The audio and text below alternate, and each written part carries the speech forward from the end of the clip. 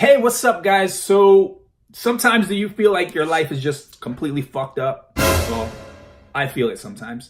And how I get out of this funk, right, is by doing shit, by moving around.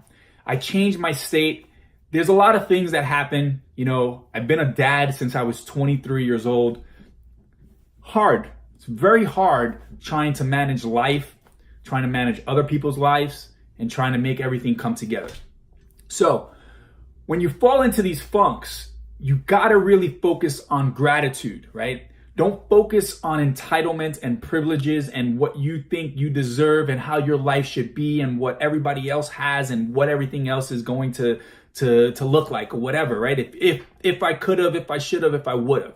Well, listen, if you focus on the gratitude and you focus on the good things and the things that you really are appreciating in your life right now, you're gonna get more of those things. So sometimes we feel like life is fucked up. What do? Right? We gotta take action. We gotta move. We gotta continue to go forward, because when you come out of it and you see the success coming, it's way bigger of a feeling to appreciate that success because you came from something that was nothing, right? So people sometimes tend to be entitled, or they feel like they have this privilege because they come from a background, they know certain people, they, kiss ass, they're yes men, they are brown nosers, what I call them. I like the people that really put in the work. They put in the grind. They took their life, they shook it up, and they turned it into something, right? Or their life was shooken up and they turned it into something. We are not responsible for our past and the shit that went on in our ancestries, right? With our parents, or in the past of pains and things that just went on in your life that you might be affected by right now. We are only responsible for what we can do today to make it better so that we can deal with ourselves and have a better life. I can't put the blame on my parents. I can't put the blame on what I didn't have. I can't put the blame on excuses. I can only put the blame on myself. And like we spoke about yesterday, criticizing ourselves. Do you feel like you're being entitled? Do you feel like you're being privileged? Do you feel like you've had enough? Do you feel like there's something bigger and better for you out there and you need to go get it? Well, I have this conversation in my head every day, probably multiple times a day. What the fuck are we doing? Where are we going? What are we going to do next? How is it that we're going to create the freedom and the stability for our grandkids, for our future, for retirement? And these conversations have been going on in my head since I was 23 years old. So at 23 years old, I became a father. By becoming a father, it changed my mindset. I wanted things so much bigger. I wanted so much in my life, and I want to create so much in my life for my kids, my grandkids, my great grandkids, just a legacy that I can leave for them. And what brought me to that was because I didn't have that when I was younger, right? I didn't get that, and I want to give that. So what I'm going to do is make the changes in my life and take the bad experiences or the past, learn from them, and build upon it. So I can't blame and I can't put these fingers on why is it that my life turned out to be the way it is, or why is it that these things are happening to me.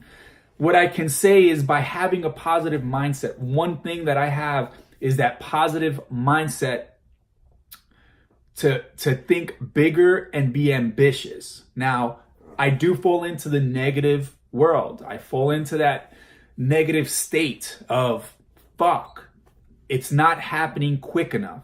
I need it to happen now.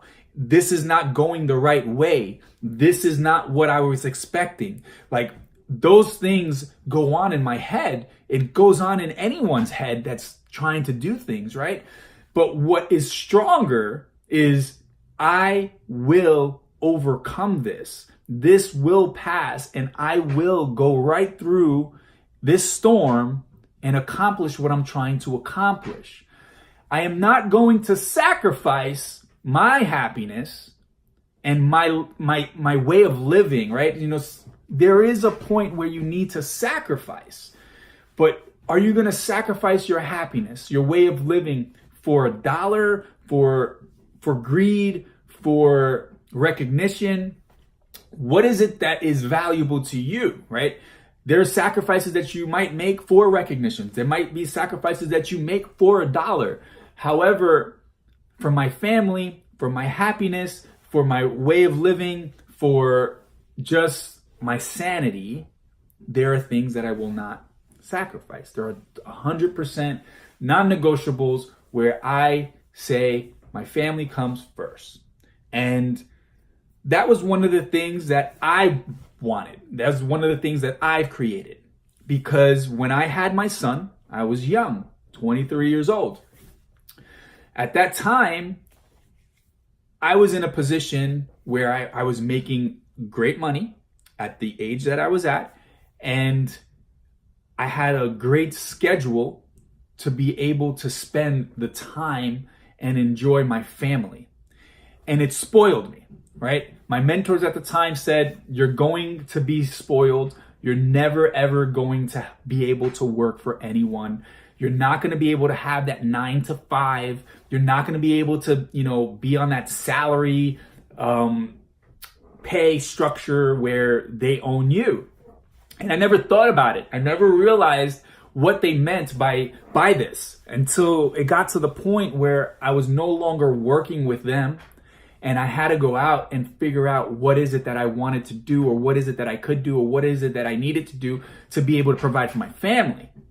And I realized I could not just work at any job.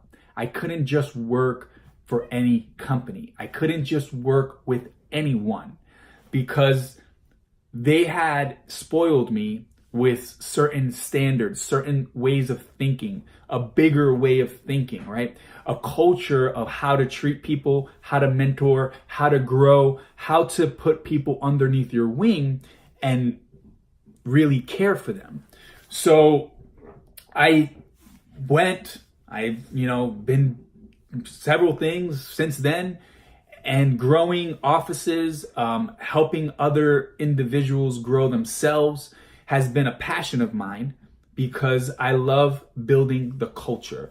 I love the personal development. I love the mindset. I love the sales. I love the marketing. I love having something from nothing and bringing it to something that's worth something, right? So when I look at that, I got spoiled. And then I look at my life and it's like, fuck, I never had this. I didn't have that mentor. I didn't have this person in my life. I wasn't grown up in a certain, neighborhood where we had certain resources.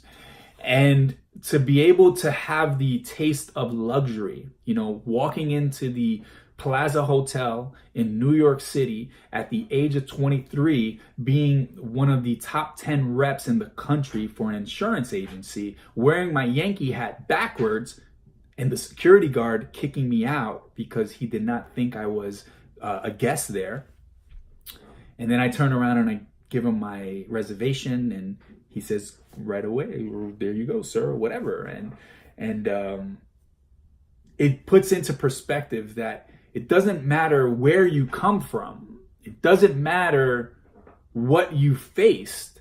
It matters the work and the effort and the mindset and the hustle you put behind yourself, behind your brand. It matters that you go out there and you say, fuck it, I'm going to face this and I'm going to make something happen. You're going to criticize yourself. You're going to have criticism. You're going to have people that are going to shoot you down.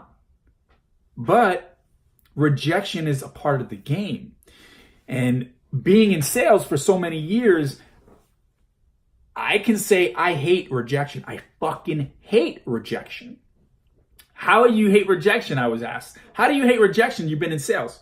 How does a salesperson like you hate rejection, Dennis? Well, because I've been in sales for so many years, I just hate stupid people. That's just, I hate the rejection when I know I'm doing something great for you and I know that you're getting something valuable and you're just not listening. You're not paying attention. So we tend sometimes to reject ourselves. We don't listen. We don't want to look in the mirror. We don't want to criticize ourselves. We don't want to take the reality of what's happening and fix it. So what I've learned is I take rejection really hard. I am really hard on myself. I can sit there and break down and cry as for how fucked up life can be sometimes.